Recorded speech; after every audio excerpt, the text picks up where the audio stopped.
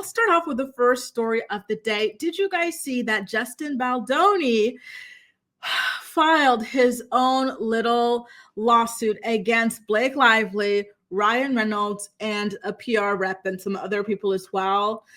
Let me take a sip of water before I get into this, because the way, and it's rude to say, but I kind of rolled my eyes.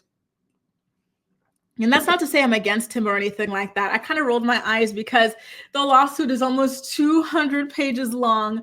And I was like, Justin, why are you doing this to me? So I went and I skimmed over it. You know what, how my method for reading these kinds of like long lawsuits is? I look at all the evidence, right? Like the emails attached or the text messages. Then I go back and kind of like glimpse over some of the other things that they had to say there. So that's what I did for his lawsuit.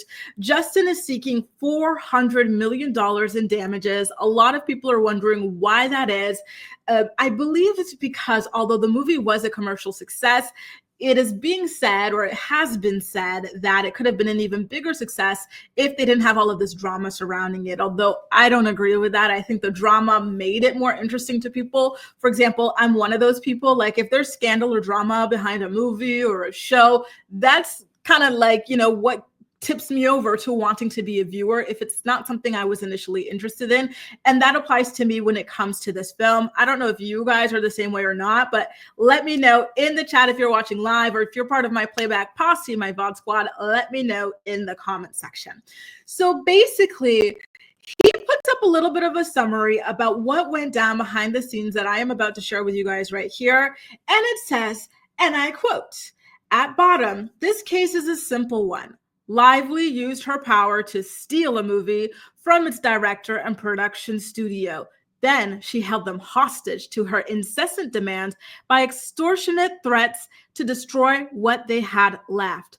All the while, she failed to understand the heart and soul of the movie she stole and the book it was based on, let alone the intensely personal impact the book had on millions worldwide.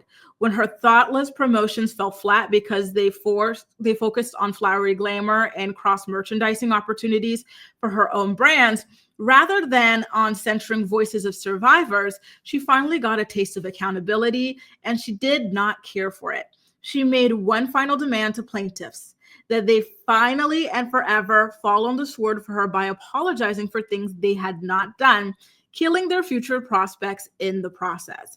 When they refused, defendants' gloves came off, and they used their power and resources to try to take down plaintiffs for good by coordinating with Jones and Sloan, master practitioners of the dark arts of public relations." It was very dramatically written, as you can see here, right? The entire lawsuit, it read as though, like, obviously they wanted us to talk about this in the court of public opinion. In an intricately planned character assassination plot, they nearly pulled it off too. Okay, you guys, again, I was so happy to have a break from these two. Like at first, when the New York Times article came out and everything in Blake's lawsuit, I was like, oh, damn, like this is ugly. Justin, how could you? Then he came back and he sued the Times and released some of his own thing. I said, oh, damn, that's ugly. Blake, how could you? And so now at this point, especially with him coming back, I do not know where to think, what to say, like anything, right? Because here's the thing, like you can make people believe anything. Like you really, really can. All you have to do is put forth certain things and omit other things. And that is what you're seeing them both do in these lawsuits, right? So at the end of the day, we're just going to have to wait for testimonies to come out, like the witnesses that they're both going to provide. And then we'll be able to get an even clearer idea of what really was going down. But again, obviously, Justin is going to have people who corroborate his side of the story and say all sorts of things, and she's going to have that. So it's still going to be super duper difficult, but nonetheless. Anyway, you guys, that wasn't even the half of it, okay? There were other things that he mentioned about Blake. So he kind of hinted at it in the summary that I just shared for you. But essentially, he's like, well, it's so weird that she wanted to take over this production because she didn't even care enough about the book to actually read it. Like we had told her to read the book before we even started production and everything. And she's like, no, I don't have time to, but like, it's all good. So how do you go from not even caring to read the book, then rewriting scenes? Like the movie was supposed to be based on a book that you couldn't even be bothered to read, which I do agree with, right? Like if you can't even be bothered to read the book, then you just stand there, you say your lines and that's it. You don't come and you don't try to come and take over the entire production because you don't know like the intricacy, the kind of nuances of all of these characters. Okay. So I get where he's coming from with that. And I like what Free's saying. It ends with us. Nope, it ends in litigation. Do you think he's trying? Exactly. I think that that's what it is. He's saying that you were basically the 400 million, I believe, is because first of all, people are saying that the movie could have made more, but the controversy turned people off and overshadowed the film. There was also rumors that there was going to be a part 2 of this or something like that, a sequel. That's off. And then, of course, Justin's reputation, I think, is irretrievably damaged to a lot of people in the world, right? So he wants money for that because this is money. You know, your reputation is everything when you are an actor in Hollywood as well. So, you know, I do in essence understand that, and then of course the production company, the humiliation, all sorts of things, but it's a lot of money he's looking for, y'all. It really, really is. But he accused her of so many things in this lawsuit, y'all. I do implore you guys to go ahead and read it. If you guys are looking for a PDF to the lawsuit, give me one good second. I'm going to post it in the chat and you guys can go ahead and save it so that you can read it for yourselves as well. But oh man, I forgot what I was going to say. So it felt like there was a lot of allegations going around. Okay, you guys. So first of all, he's claiming that she took over the entire film. Then he's saying that she did this not because she's accusing him of harassment or anything like that, but she did this to compete with her husband, Ryan Reynolds, who had a reputation for also being difficult and also taking over the production of Deadpool. Apparently, the original director of Deadpool actually walked out on the movie and quit because Ryan was such a nightmare to work with. And he had just like had enough. He's like, well, what's the point of me being here as a director if you're going to just take over everything, right? And so it seemed, in Justin's opinion anyway, and I hear some of you guys talking about this as well, that like they wanted to be a his and hers version of like this power Hollywood couple, and you know, kind of got to their heads. So that's one thing he's saying. And he's also accusing her of saying that he needs to get a nose job. And I'm sorry, y'all, but Justin Baldoni, and I'll say it, this is one of the most beautiful, beautiful, handsome men I have ever seen in my life. I saw him, met him once. How many years ago was this? This would have been like almost 10 years ago. So 8 years ago. And I never forgot how stunning this man is. He is the type of handsome that you stop and stare. He is so, so beautiful, so handsome. So the idea that someone can tell him like he needs to change anything on his face is just criminal to me. Lock her up. Don't sue her for this. Lock her up and never change anything on that gorgeous, gorgeous, gorgeous face. Okay. Now there's something else in the lawsuit that came out that was really, really weird. And I'm going to put it up here. It was about how Blake summoned him to her penthouse. Okay. And shout out to TMZ for this. Blake summoned him to her penthouse and told him that she had reworked some of the dialogue, if not the entire dialogue of the rooftop scene that they were supposed to have. And then after he felt like pressure to accept her version of the script and everything like that. And so when he left, he sent her a text and it said, Blake, like, I liked your edits, like we're not going to use all of them. Like we're going to use some, and I like them. You didn't need to bring on your little posse to kind of intimidate me or anything like that. Like we could have just had this discussion, you and I, right? And then this is where Blake responds by saying that essentially Taylor Swift and Ryan Reynolds are her henchmen. So apparently Justin Baldoni, like me, perhaps we're soulmates, I'm not sure, has never watched the Game of Thrones. And so she tells him, if you ever get around to watching the Game of Thrones, you'll appreciate that I'm Khaleesi, and like her, I happen to have a few dragons, for better or worse, but usually for better, because my dragons also protect those I fight for. So really, we all benefit from those gorgeous monsters of mine. Winky face, you will too, I can promise you. So it kind of felt like she's kind of confirming what it is that he's saying, right? Which is that this was an intimidation tactic. Those are her dragons. And they ride for her behind the scenes, right? So I gotta be honest with you guys, and I gotta ask those of you if you work in the film industry or anything like that, because I'll tell you, even just from a corporate perspective, when I used to work in product technology, right, in the startup sphere, smart home technology, particularly, when we were coming up with new products, we were bound to secrecy, right? So, for example, if this were a new product, we would not be allowed to go home and talk about what it is that we are currently developing or marketing for or anything like that. So, I do find it really odd that Blake was able to go to go back home, rework the script, and share it with not only her husband but her friend, right? Like, was there no kind of like, hey, privacy agreements about this film, confidentiality or anything like that? I think it's crazy that these random people were privy to this sort of information at the end of the day. And I'm very interested in hearing about how this was even possible, right? Because it seems very, very inappropriate, if I do say so myself. All right. Hey, Allie is here with a super chat. Thank you so much for your super chat, Allie.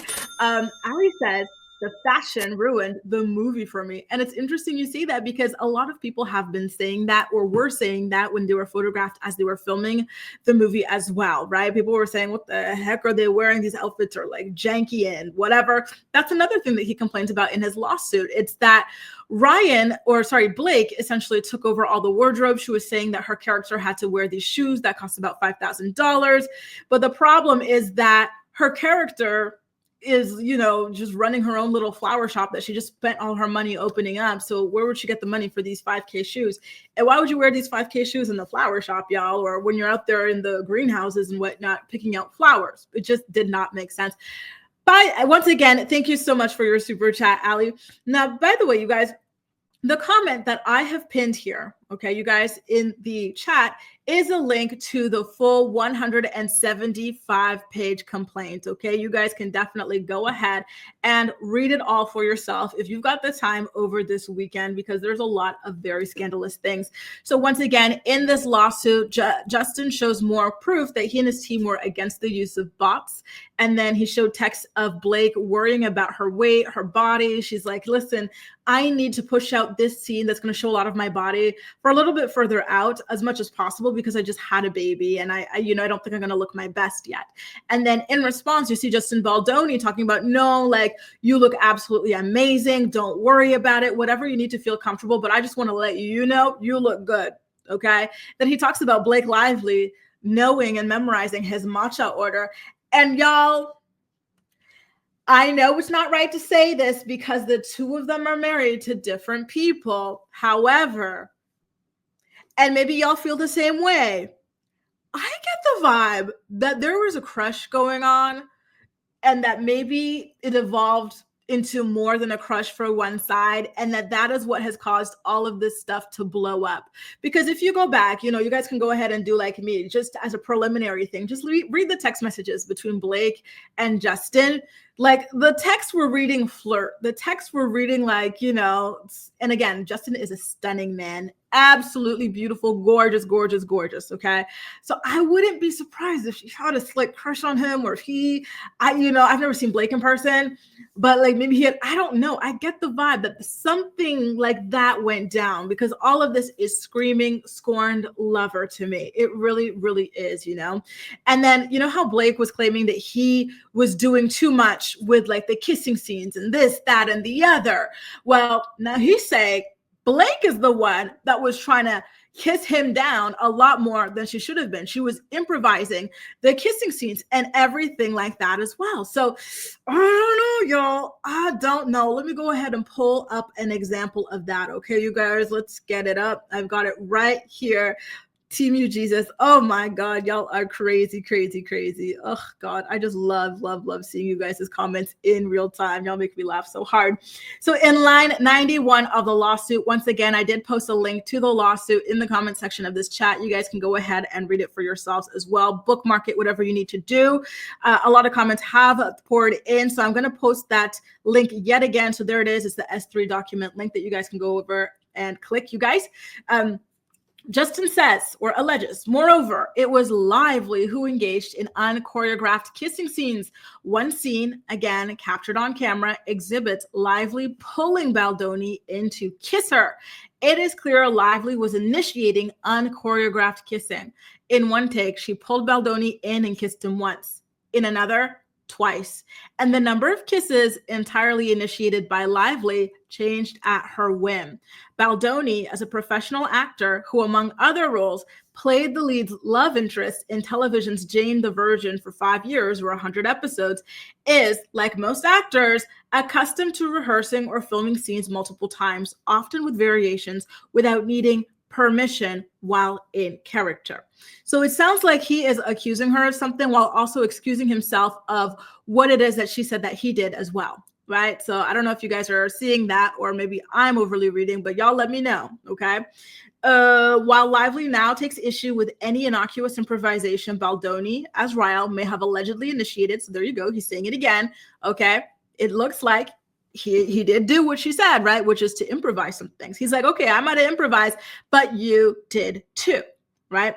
While in character, Baldoni treated their relationship on camera as professional, each playing their part, each doing their job. If no one was supposed to improvise, Baldoni would have no way of knowing based on Lively's own actions. Lively demonstrated again and again that it is normal and an acceptable part of filming romantic scenes. So there you guys go. I don't know. I am getting the vibe that there was some sort of behind the scenes attraction going on and it went wrong. Maybe someone wanted to, take it over the line to become a little bit more than just a crush. I don't know, but that is just the vibe I am getting. Okay. Oh, Lord have mercy. The whole thing is just so cringy for the two of them. Now, he did also include photos of he and his family and friends like in the basement of the premiere party. And it was kind of like, oh my God, it makes you feel bad for him the way that like that place looks, like just a bunch of junk in the background and them all dressed up and stuff, like very, very sad. Listen, both sides are rather convincing. So I'm going to have to hold off for the time being and wait for more evidence to come forward before I create or have some sort of like a proper opinion on what exactly went down, you guys. Okay. Like, I don't know, y'all. I don't know, guys. I get the vibe. And it looks like quite a few of you guys have the same feeling about all of this. Do either of them have a history of like cheating or something like that? Because listen, if they've done it in the past, it wouldn't be too surprising now, would it? Right? Guys, if you are enjoying the morning report, please make sure to go ahead and give it a thumbs up so that YouTube knows you enjoy my content and it continues to serve it for you in your homepage and in your subscription feed as well. We've got to come to Blake's response. So Justin filed that lawsuit yesterday. And Blake's team has already responded. It seems as though they had this response prepared and they launched it very shortly after Justin's filing went public. In fact, Blake Lively's team is saying that his lawsuit proves that he is an ABUSER. The direct quote from her attorney reads, and I quote, "They are trying to shift the narrative to Ms. Lively by falsely claiming that she seized creative control and alienated the cast from Mr. Baldoni. The evidence will show that the cast and others had their own negative experiences with Mr. Baldoni and Wayfarer. The evidence will also show that Sony asked Ms. Lively to oversee Sony's cut of the film, which they then selected for distribution and was a resounding success. Their response to sexual harassment allegations, she wanted it, her fault. Their justification for why this happened to her, look what she was wearing. In short, while the victim focuses on the ABUSE, the ABUSER focuses on the victim. The strategy of attacking the woman is desperate. It does not refute the evidence in Ms. Lively's complaint, and it will fail." Woo! Listen, that was a mic drop response. They did a fantastic job clapping back to this lawsuit. And I'm wondering if it changes any of you guys' feelings about the lawsuit and the outcome. Can I just ask you guys real quickly here? Let me finish drinking my water. I got a question for y'all. Okay, so this is a mic check moment. Mic check, 1, 2, 1, 2. If you're watching live, let me know in the live chat, or if you're part of my VOD squad, my playback posse, let me know in the comment section. Who do you think is going to win this lawsuit? Do you think that Justin Baldoni is gonna win, or do you think that Blake Lively is going to win? Let me know, and I want to see kind of what the general vibe is, or the temperature, or the sentiment about this entire ordeal so far. So let me go ahead and catch up on what some of y'all have to say. Blake did break up a marriage during the making of Green Lantern. Ooh, I did hear that rumor. If that theory is true, I feel like Blake wanted more, and Justin said, "Nah, I'm good." Ooh, Blake was Ryan's side chick when he was married to ScarJo. Okay, so look, it seems like a lot of you guys heard that rumor. We've even got Hamlet saying the same thing, that Ryan just divorced Scarlett for her. So I don't know. It's not very far-fetched that there could have been an on-set romance. This happens quite a lot, especially when you're doing such intimate projects with one another. We all know how Mr. and Mrs. Smith turned out, right? Ashley says, "I followed Justin for so long, and I truly feel he loves his wife. We know how Blake got Ryan, so ... No one says Blake cheated her ex-boyfriend during Green Lantern movie. All right, y'all. There you go. There you go. It looks like she might have a history of falling in love with co-stars, and this wouldn't be far from the course, would it? Nick says Blake does. That's how she got with Ryan. There you go. Stole him from ScarJo. Ooh, Lord. Y'all have a lot to say. Now, when it comes to who is going to win this lawsuit, let's see what y'all have to say. Jaleesa says neither. Ali says, what does Ali say? I think that they are going to settle. And then Ashley says, to be honest, as a woman, it feels strange to not automatically be on Blake's side. Yep. April says Justin will win. Ashley says, I think Blake will win. Sadly, Jaleesa says probably Blake. She's a white woman. Asia says they will settle. Theo says, I think Blake will win just because she has more powerful resources. So here's my question. He's suing for $400 million. If Blake wins, does that mean the lawsuit just gets thrown out, or is she going to countersue for a lot of money too? Kind of like, okay, well, for me, this was about the principle initially, but when you threw out this kind of a number on me, let me go and, sue you for the same, if not more. What's Justin going to do if she sues for $400 million and wins? I know he's got a billionaire bestie. Is that guy going to pay for it? Very, very interesting. Houston Rose says, it's so hard to tell. I need all the details, not a little each week. Exactly. We're going to have to hang in there, you guys, and see how this continues to evolve. Star says, I don't care who wins. This whole thing is stupid. I don't like the book, movie, or random drama. People I don't care about. I hear you, girl. Y'all have so many incredible comments here. Ronnie thinks it's going to be a settlement. Lotus says Blake and Ryan have more star power. Justin seems to have more power friends. He made some really, really good friends behind the scenes. Hey, Sloopy, I haven't seen you in a while. Hope you're doing well. And Gwen says she hooked up with Ben Affleck too while filming The Town, and Ben was married. It's not good, y'all. It is not looking good. Let's keep an eye out on it. All right. And another comment coming in saying that Blake was crushing